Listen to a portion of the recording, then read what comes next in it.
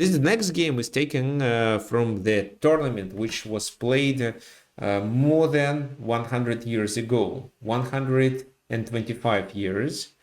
That game was played in Paris in 125 years ago. So Emmanuel Lasker got the first place. Harry Nelson Pillsbury got the second place. But this is a complex game. And what do you think White should do? Just let's think logically. What can we do in this position? Please come up with a plan.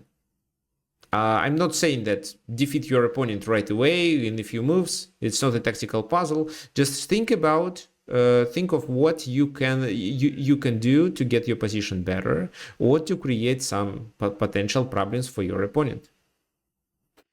So putting pressure on h7. Well, h7 is attacked once and protected twice. So in order to capture this pawn, these two pieces should attack h7 too. But then it can be knight f6. So h7 is a potential weakness. Okay, it's a good point, but I don't think that just bringing pieces to attack h7 is sufficient here. Erosh... Okay, so having the knight on c5 attacking these two.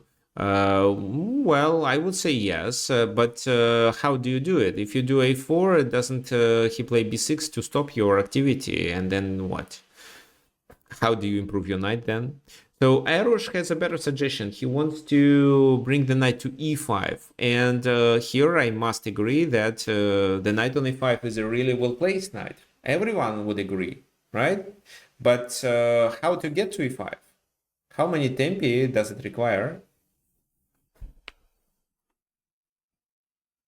1, 2, 2, 3, 4. 4 tempi. Well, there is another scenario. There is knight d1, f2, g4, e5. 4 moves. There is knight b1, knight d2, knight f3, knight a5. 4 moves. So it requires 4 tempi. What do you think? Will our opponent let's say we decide to choose this scenario, will our opponent just stay in wait until we bring the knight to f3 and then occupy e5, or will he take some counter actions? Yeah, I think in order to get rid of the weakness on e6 as well as to weaken the e5, they will play e5 themselves. Yeah, if this is traded, e5 is no longer an outpost. Good point. So we expect black to play e5. That's why knight b1, knight d2, knight f3 strategy looks so slow. But what else can we do? How else can we improve our pieces? Yeah, but, well, let's say rook e1, rook e8. Okay, so actually knight b1 was played in the game, and that was considered to be a good strategic plan, even if black then can continue with e5. I'm going to show it to you. What I think, what I would do. So I, as a more realistic person, would decide that, okay, so once I am doing this, which seems to be too slow, they are going to play e5. And after e5, I have to take, because I definitely don't want to get e4. And because of that, what I would prepare is something like that. So they can play e5 right away, but e5 right away allows us to take and then bring the rook to f7. So probably they will prepare it with this move. Then let's say I bring the king. There are still many pieces on the board, so bringing the king, for example, to e3 will be a mistake. But on d2, because this file is closed, the d5 pawn won't move anywhere. The king is good on d2. If they had a dark squared bishop, then I probably would prefer to leave my king on c1. But on d2, I don't think it can be attacked, and it's closer to the place of action. So let's say e5 was finally played, pawn takes, rook f7. This is a problem. So, for example, rook goes back to defend it, but rook gg7, attacking here, attacking on h7 actually. So they trade rooks, and now continue with rook e7. We have to trade it, but this time with only minor pieces on the board, we can bring the king closer and try to play this position for a win. It's not winning, but our king is already on a3 and can go further.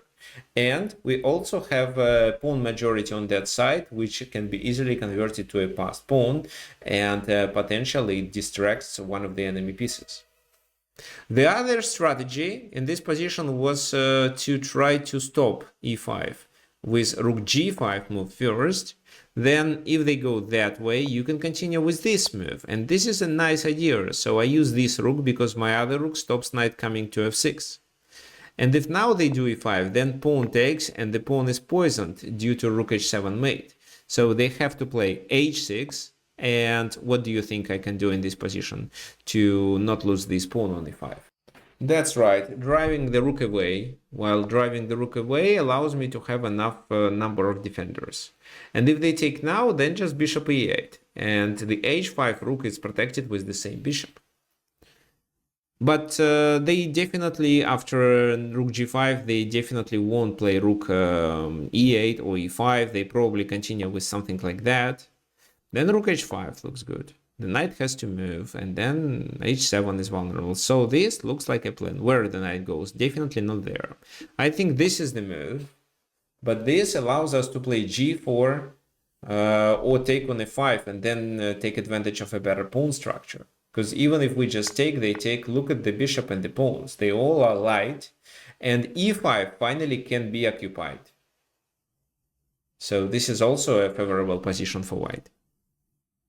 But, well, you see, we listed 3 typical plans, and all of them 3 were good. In the game, it was this slow plan, which was very easy to realize because occupying e5 is definitely what we need.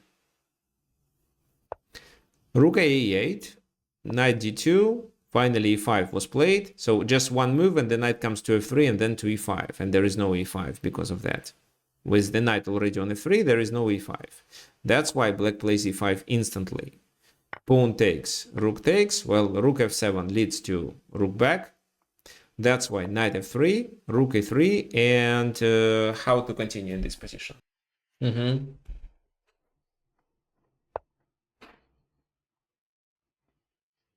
Well, rook g5, knight g5 will already threaten with knight f7 checkmate. I don't think they have rook e1. Because if they do rook e1, rook takes, then what? f7 is required to be defended. So this move.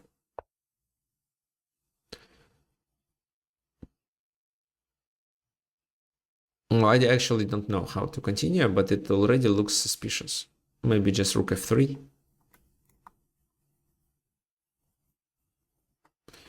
Rook f3, rook f8, and knight f7. Or what else? I cannot play this move because of the bishop.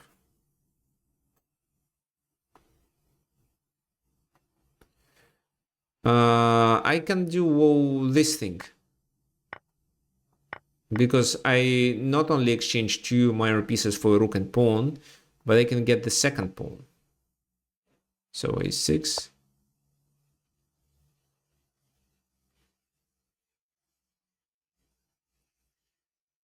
And then what?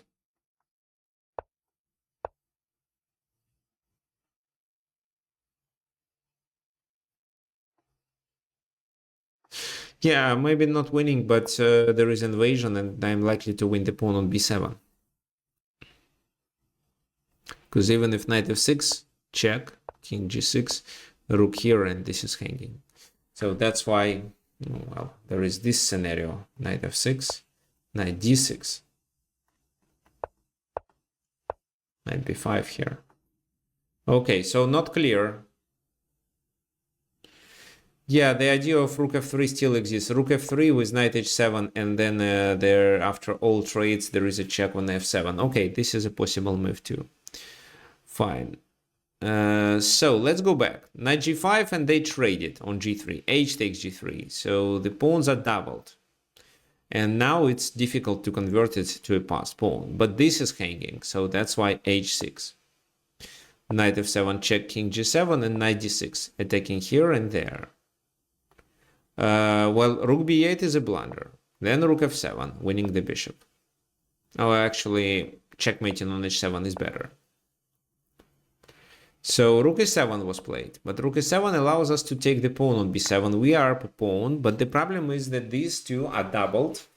So we are a pawn up, but we cannot fully take advantage of that.